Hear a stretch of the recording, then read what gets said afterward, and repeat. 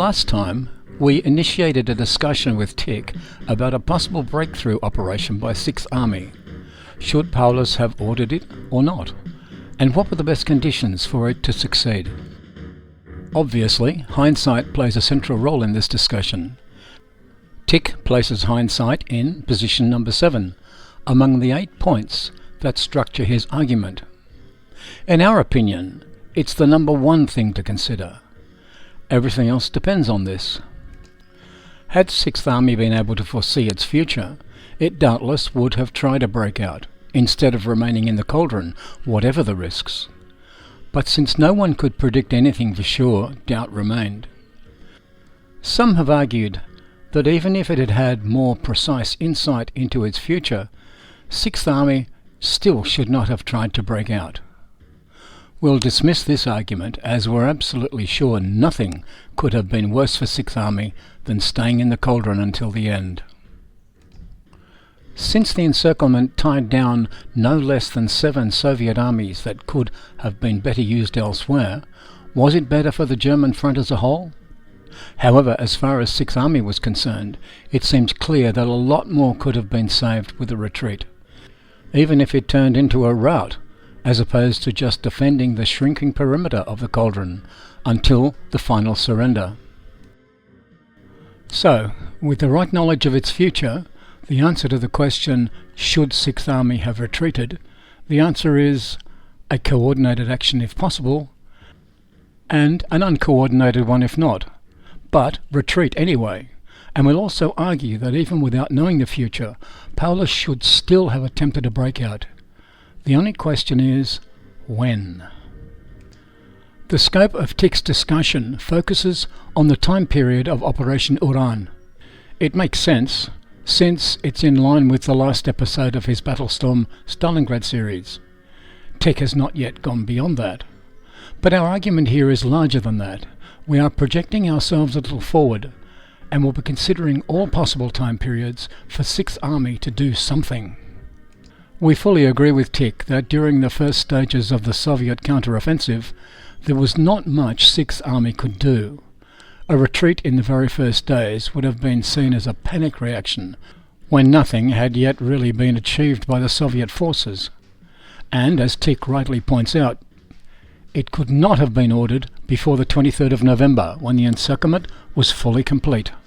So, with or without seeing possible future outcomes, the logical choice for Paulus during the first stages of the Soviet counter-offensive was to remain in his positions until the situation stabilized, and the big picture became clearer. However, as soon as the front was stabilized, we think that new decisions should have been considered. After the 26th of November, the Soviet units engaged in Operation Uran were, for all intents and purposes, not advancing anymore. The German pocket had taken a form it would keep for several weeks.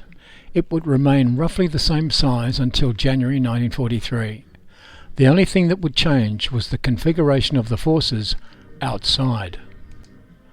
Basically, there were 2 occasions for Paulus to decide a possible retreat. His first window was just after the encirclement took effect at the end of November. In December, the context changed, and we'll explain why the odds became different. But then another window opened at the end of December, during Operation Winter Storm. Let's consider the first window of opportunity at the end of November. And here again, we must acknowledge the benefit of hindsight. For without hindsight, the decision to stay in the cauldron could make sense. Sporadic encirclements of German troops had already occurred in the past months, and even the largest one to date at Demyansk was eventually dealt with, so that all down the chain of command everyone was confident about the Wehrmacht's capabilities and resilience. Never before had the Red Army succeeded in capturing a large group of forces, much less an entire German army, so at this stage it still made sense to wait and see. But had it the foresight to consider what could happen, should Sixth Army's command have ordered a retreat behind the Don at this stage? TIK's arguments concern the limited possibilities of regrouping forces inside the cauldron to concentrate them in the Kalach area. It would certainly have been chaos to move 3 army corps to the western face of the pocket across the Rososhka River. We agree with that, and with the fact that the heavy equipment was to be left behind. But we think that if Paulus managed to achieve some kind of regrouping before the end of November, it would have had a greater chance of success. And it is here that we disagree with TIK, because the Soviet forces hadn't formed a solid line yet. At this time, there was just a very theoretical screen by Soviet troops around 6th Army, and there weren't many natural obstacles to support it either. Those Red Army units that took positions here and there in the frozen steppe between the 23rd and 30th of November were at the end of their resources. They were lacking fuel and ammunition, just as 6th Army was, and they had no time to properly entrench. So in our opinion, it was not a credible blocking issue.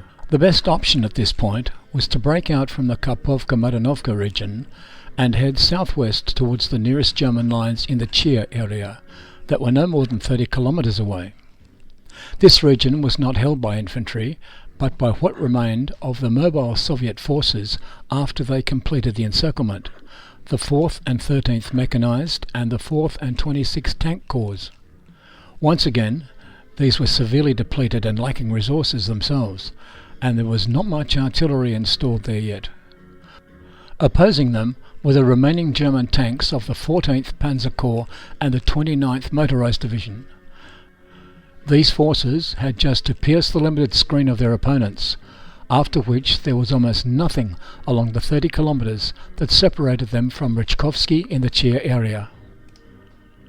So we definitely think that a breakthrough could and should have been directed to this region at this moment.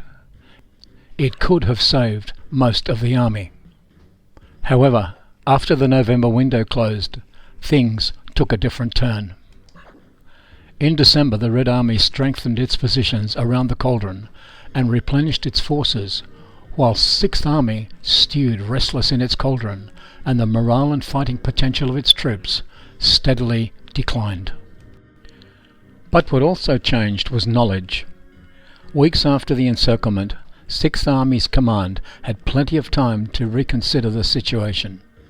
It was clear that the Luftwaffe was unable to deliver the bare minimum of supply requirements, and that an immediate rescue operation was the only chance. If it failed now, it was illusory to hope for a later one. It was now or never. As a result, hindsight on our part plays a less important role at this stage. It should have become obvious to Paulus that something had to be done. A breakout during Operation Wintergewitter, Winter Storm, Manstein's rescue operation, was far more logical to consider for 6th Army's command than a breakout just after Uran, because by the time of Wintergewitter, the precarious situation of 6th Army in the long term was becoming very clear, something which was not the case after Uran.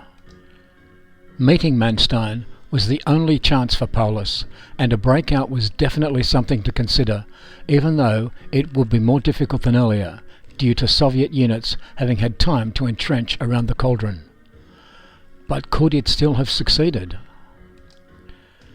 Among the comments to TIK's video, Pavel K. mentions rivers as potential blocking issues in the case of an unorganized breakout. We think that even though this could have been the case in November, it was a lesser issue by late December, at the time of Wintergewitter, because the rivers were largely frozen. The Germans could not have crossed with their heavy weapons, but at this stage they had neither fuel nor munitions for them anyway.